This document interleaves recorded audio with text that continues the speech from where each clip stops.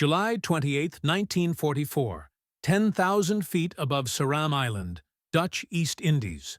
Charles Lindbergh's borrowed P-38 Lightning shuddered as tracers from a Mitsubishi Sonia streaked past his canopy.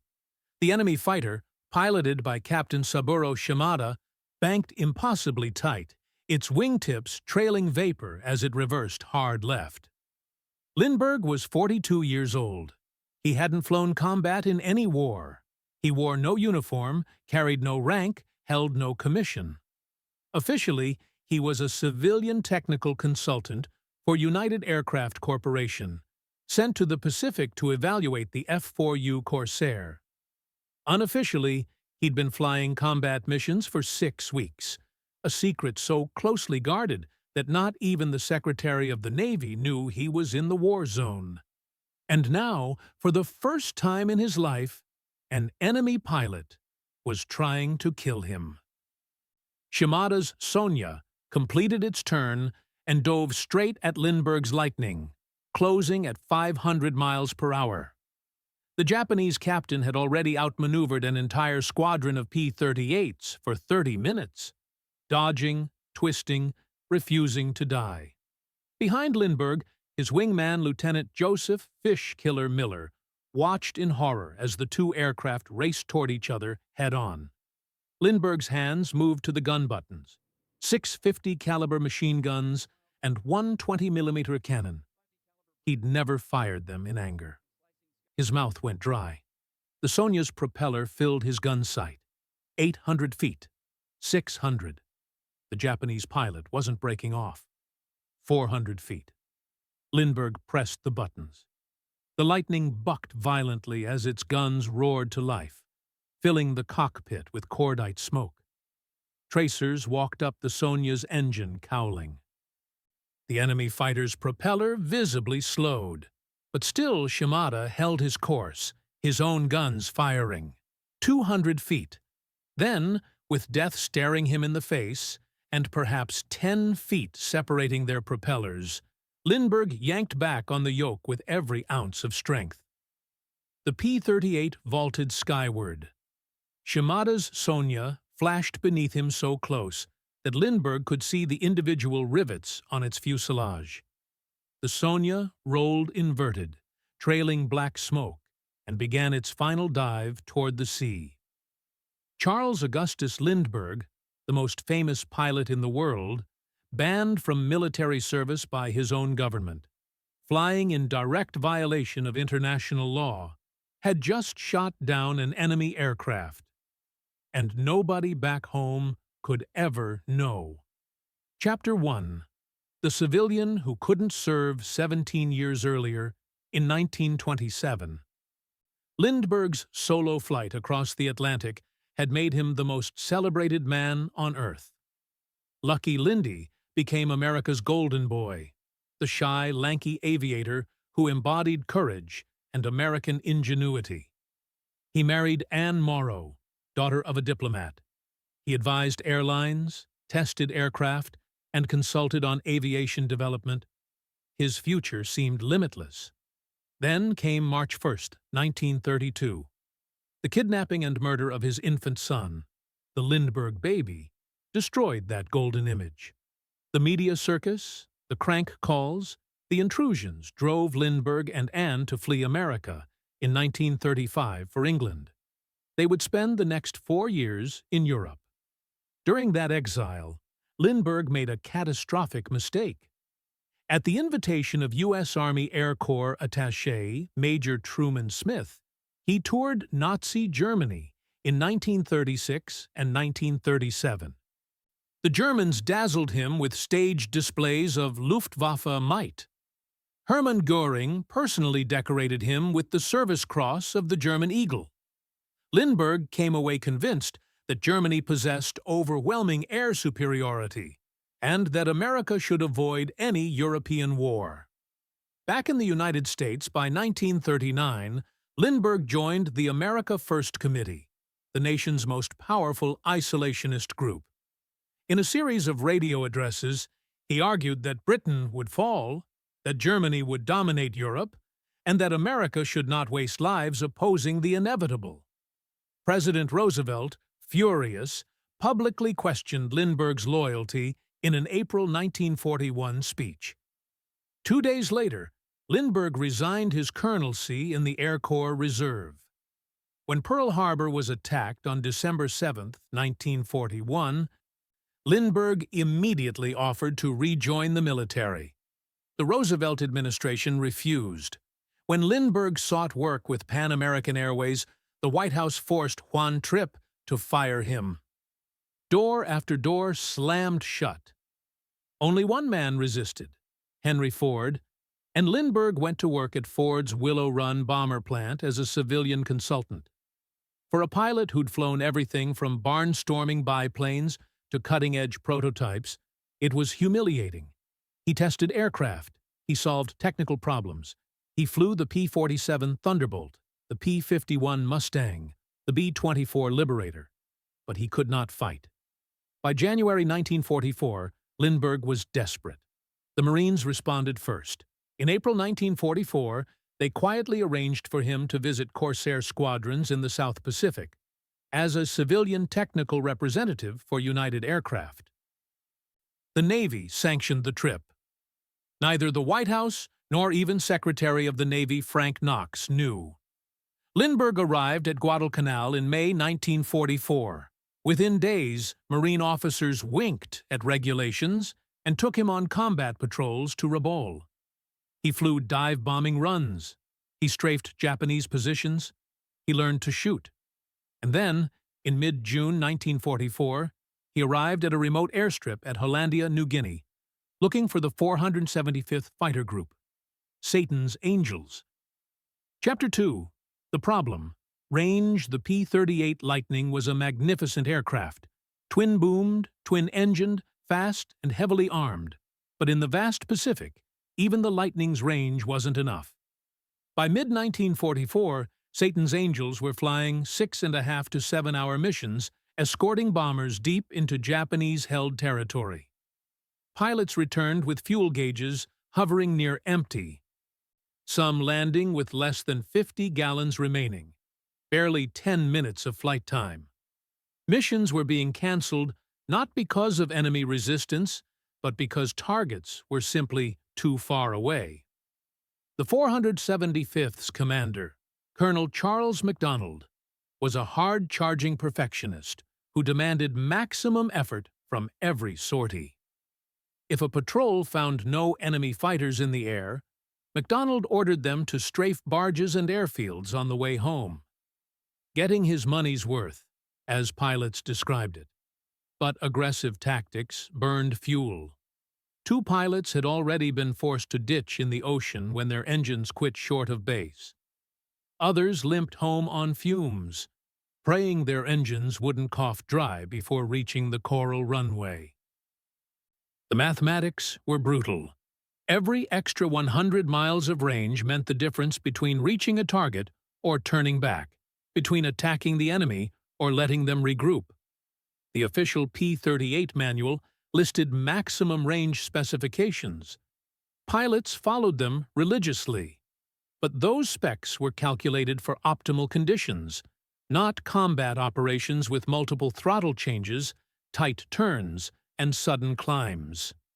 In practice, the Lightning's effective radius was considerably shorter.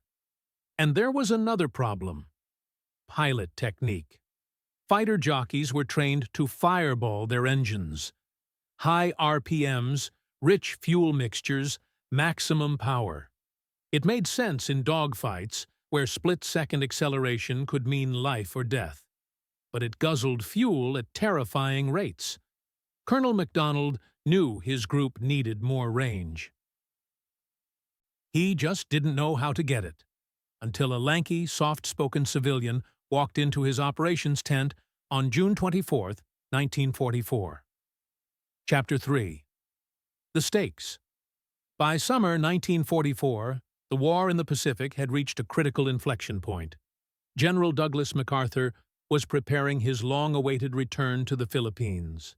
Admiral Chester Nimitz's carrier task forces were rampaging across the Central Pacific. But Japanese defenders still held fortified island chains that could threaten Allied supply lines. Air superiority was everything.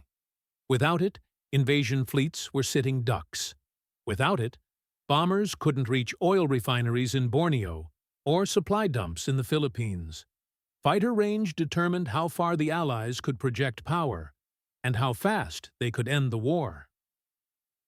Every mission that turned back short of its target gave the Japanese another day to dig in, another day to reinforce. Every bomber that flew without fighter escort risked slaughter by zeros. The mathematics were simple and brutal. More range equaled more targets destroyed, more oil facilities bombed, more Japanese aircraft caught on the ground. More range meant fewer American boys dying on Pacific beaches. Before we continue, I'd love to know where you're watching from and what you know about Charles Lindbergh's Secret War. Drop a comment below and let me know if you'd heard this story before. And if you're enjoying these deep dives into World War II history, hit that subscribe button. These stories take serious research to get the details right, and knowing you're out there makes it all worthwhile. Chapter 4. The discovery on July 1, 1944, Lindbergh flew his third mission with the 475th, a 6.5-hour armed reconnaissance to enemy airstrips on Gilvink Bay. It was a standard patrol: maintain altitude, weave protective cover over the bombers, watch for bandits, strafe targets of opportunity on the way home. When the formation landed back at Mockmer Strip on Biak Island, pilots climbed out of their cramped cockpits, exhausted, cramping, soaked in sweat. Ground crews swarmed the Lightnings to refuel them. Lindbergh watched as crew chiefs logged the fuel quantities. Most pilots landed with 60 to 80 gallons remaining, barely enough for another 20 minutes of flight. A few had landed with as little as 40 gallons, their engines sputtering as they touched down. Lindbergh's Lightning still had 210 gallons. 2 days later, on July 3rd, the group flew another long escort mission. This time several pilots radioed in mid-flight, reporting critically low fuel. They broke formation early, racing for home. Lindbergh, still with fuel to spare, asked Colonel MacDonald for permission to continue hunting barges with his wingman. They strafed for another 20 minutes. When the wingman grew nervous, his gauge reading 175 gallons, Lindbergh calmly talked him through a series of adjustments. Reduce engine RPMs from 2200 to 2600, set fuel mixture to auto lean, slightly increase manifold pressure. Fly smooth, avoid unnecessary throttle changes. When they landed, the nervous pilot had 70 gallons remaining. Lindbergh had 260. They had started the mission with identical fuel loads. That evening, Colonel MacDonald assembled every pilot in the 475th Fighter Group at the Recreation Hall, a palm-thatched structure with a dirt floor and a single ping-pong table. Under bare light bulbs, MacDonald got to the point. Mr. Lindbergh wants to explain how to gain more range from the P-38s. For 30 minutes, Lindbergh walked them through cruise control techniques he had developed during his 1927 Atlantic crossing and refined through years of testing long-range aircraft. The math was all there in the Lightning's technical manual, he explained. Pilots just weren't using it. Reduce standard RPMs from 2200 to 1600. Set fuel mixtures to auto lean. Slightly increase manifold pressures to compensate. Fly smoothly. Every unnecessary throttle adjustment burned fuel. The engines would run cooler, not hotter. The spark plugs wouldn't foul. The technical specs proved it. This, Lindbergh predicted, will stretch the Lightning's combat radius by 400 miles, 9-hour flights. The room fell silent. Chapter 5. The Physics. The principle was simple. Fuel efficiency depended on matching engine power to flight requirements. Fighter pilots instinctively ran their engines hot, high RPMs, rich fuel mixtures, because that's how you survived a dogfight.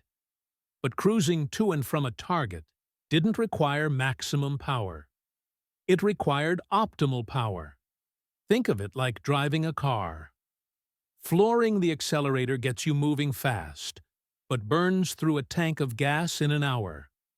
Cruising at a steady speed on the highway gets you twice as far on the same fuel.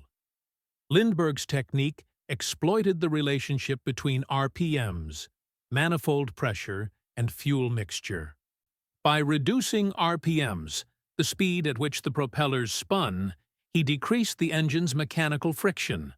Lower friction meant less heat and less fuel consumption, but simply reducing RPMs would also reduce power, slowing the aircraft.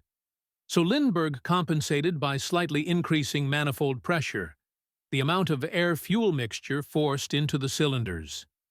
This maintained power output while running the engines at lower, more efficient speeds.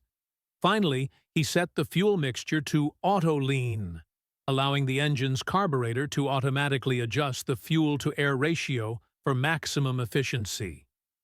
Richer mixtures, more fuel, provided more power but wasted gas. Leaner mixtures used every drop efficiently. The P-38's twin Allison V1710 engines were designed to handle these settings. The data was in the technical manual. But fighter doctrine emphasized maximum performance, and pilots had never been taught to think like long-distance navigators. Lindbergh did. He'd crossed the Atlantic on 450 gallons of fuel, nursing every drop for 33 hours. He'd spent 2 decades testing engines for airlines and manufacturers. He understood that the difference between maximum and optimal could add hundreds of miles to an aircraft's range. The 475th remained skeptical. Surely this would foul spark plugs, scorch cylinders, wreck engines, but Colonel MacDonald trusted Lindbergh. Both men were perfectionists who demanded results. Both pushed themselves and their aircraft to the limits. MacDonald endorsed the experiment. The next day, July 4, 1944, Lindbergh flew a 6-hour, 40-minute mission with the 433rd Possum Squadron, using his cruise control techniques. When they landed, the lowest fuel level recorded among the pilots was 160 gallons. The 475th had just gained 400 miles of range. Chapter 6. Verification and Spread. Within days, word spread through V Fighter Command. Other squadrons heard rumors that the 475th was flying longer, hitting harder, and returning with fuel to spare. Squadron commanders sent pilots to Biak to learn Lindbergh's methods.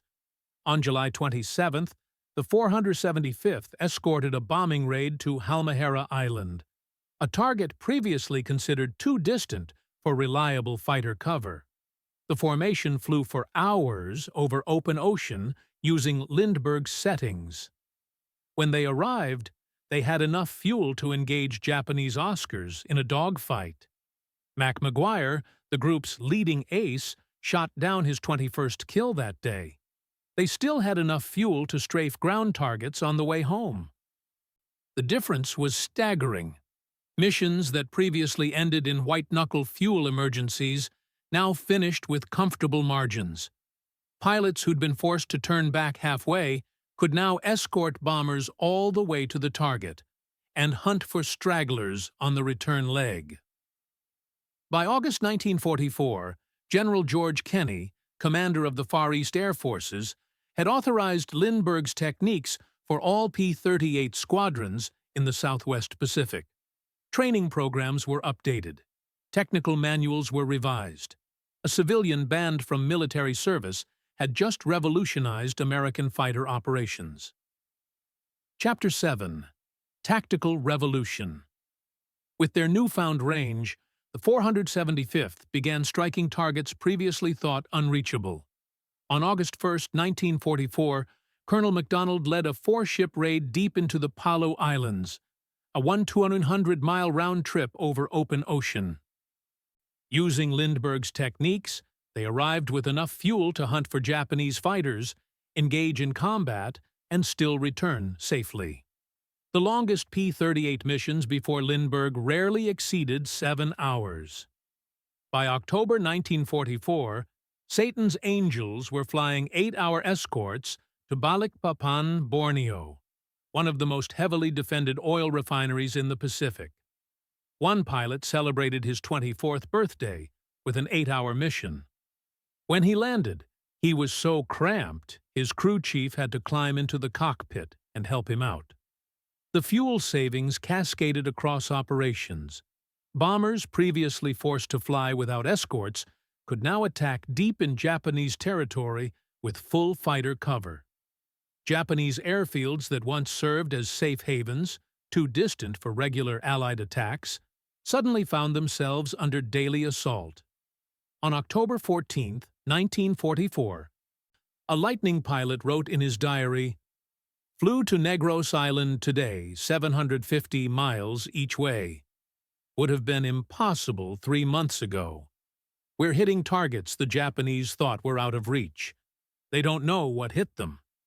Kill ratios improved as P-38s could stay in the combat area longer, making multiple passes at enemy formations instead of breaking off to conserve fuel. Bomber losses dropped as fighters could escort them all the way to the target and back, not just halfway. The 475th finished the war as one of the top-scoring fighter groups in the Pacific, credited with over 550 confirmed aerial victories. Their commander, Colonel Charles MacDonald, became the 4th highest-scoring American ace of the war with 27 kills. Major Thomas Maguire, who'd flown with Lindbergh on that first mission, finished with 38 kills, second only to Major Richard Bong's 40. Chapter 7. Enemy Perspective. Japanese pilots noticed the change immediately. Allied fighters that once turned back at predictable points now pursued them deeper into friendly territory. Airbases that enjoyed relative safety from their distance suddenly faced relentless attacks. Captain Yasuhiko Kuroe, a veteran Zero pilot with the 251st Air Group, wrote in his diary in September 1944, "American lightnings appeared over Balikpapan today. This should not be possible. It is more than 700 miles from their bases at Morotai. Yet they attacked for 20 minutes and still had fuel to return. Our intelligence reports were wrong. We cannot hide anywhere." Japanese commanders scrambled to adjust. Some dispersed aircraft to even more remote fields, only to find that the P-38's extended range made those fields vulnerable too. Others tried concentrating defenses around critical facilities, but the longer Allied fighters could stay in combat, the harder it became to defend anything. By late 1944, Japanese air units in the Southwest Pacific faced a terrible calculus. American fighters could reach any target in the theater and stay long enough to destroy it. The extended range eliminated safe havens, forced desperate dispersals, and made it nearly impossible to mass fighters for defense. One captured Japanese after-action report from November 1944 noted grimly, "Enemy fighter endurance has increased dramatically. Previous defensive calculations are obsolete." Chapter 8. Widespread Adoption. Lindbergh's techniques spread beyond the 475th. By September 1944, P-38 groups across the Pacific Theater had incorporated cruise control settings into standard operating procedures. Training manuals were rewritten. New pilots learned fuel management as part of their initial checkout in the Lightning. The Army Air Force's Statistical Control Division calculated that Lindbergh's methods extended P-38 combat radius by an average of 380 miles, almost exactly what he'd predicted. Across hundreds of missions, this translated to thousands of additional combat hours and dramatically expanded operational reach. Lindbergh also shared the techniques with P-47 Thunderbolt and P-51 Mustang squadrons, though the single-engine fighters saw smaller percentage gains. The P-38's twin engines and complex fuel management system had simply been underutilized, until a civilian showed combat pilots how their own aircraft actually worked. Ironically, the same cruise control methods later became standard doctrine in the Korean War and Vietnam. The U.S. Navy's Top Gun program, established in 1969, taught fighter pilots detailed engine management as a core competency. Modern pilots learn fuel optimization before they ever enter combat. A technique born from desperation in 1944 became foundational to every air force in the world. Chapter 9. Fate of Key Figures. Charles Lindbergh flew 50 combat missions in the Pacific between May and August 1944, all of them technically illegal under international law, prohibiting civilians from engaging in combat. His one confirmed aerial victory, the Mitsubishi Sonia over Ceram Island, was never officially recorded. The U.S. military couldn't acknowledge it without admitting a civilian had violated the Geneva Conventions. On August 2, 1944, the day after Lindbergh nearly died over the Palau Islands, Colonel Charles MacDonald was summoned to V Fighter Command Headquarters and reprimanded. He was grounded for 60 days for risking Lindbergh's life on an unauthorized deep penetration mission. Lindbergh returned to the United States in September 1944. He spent the rest of the war testing high-altitude aircraft and jet prototypes, but he never flew combat again. His service in the Pacific remained classified for years. When his wartime journals were finally published in 1970, they caused a firestorm. Critics condemned him for circumventing Roosevelt's ban, while veterans praised his contributions. Lindbergh never sought recognition for his combat missions. When asked about the aerial victory decades later, he deflected. "I was there to teach, not to fight. The kill belonged to Lieutenant Miller as much as to me." He lived quietly after the war, eventually reconciling with his controversial past. He died in Hawaii on August 26, 1974, at age 72. His gravestone in Maui bears a phrase from Psalms, "If I take the wings of the morning and dwell in the uttermost parts of the sea." Colonel Charles MacDonald survived the war, retiring as a brigadier general. He credited Lindbergh with saving countless lives. What he taught us gave pilots the range to protect bombers, hit distant targets, and get home safely. That's not just tactics, that's lives. But not everyone survived. Major Thomas McGuire, who flew wing position on Lindbergh's first mission and became the second highest scoring American ace, died on January 7, 1945, just weeks before the war ended. Flying at low altitude, he stalled his P-38 while trying to protect a wingman from a Japanese fighter. He was posthumously awarded the Medal of Honor. He was 24 years old. Captain Saburo Shimada, the Japanese pilot Lindbergh shot down over Ceram Island, was buried at sea. His 73rd Independent Flying Chutai never knew that the American who killed their commander was a civilian flying illegally, the most famous pilot in the world, fighting a secret war. Chapter 10. Post-War Influence. Lindbergh's fuel conservation techniques became institutionalized in U.S. military aviation. By the Korean War, all fighter pilots received extensive training in cruise control and optimal engine management. The principles applied not just to propeller-driven aircraft, but to early jets, where fuel consumption was even more critical. During the Vietnam War, Navy and Air Force pilots flying extended missions over Laos and North Vietnam relied on refined versions of Lindbergh's methods.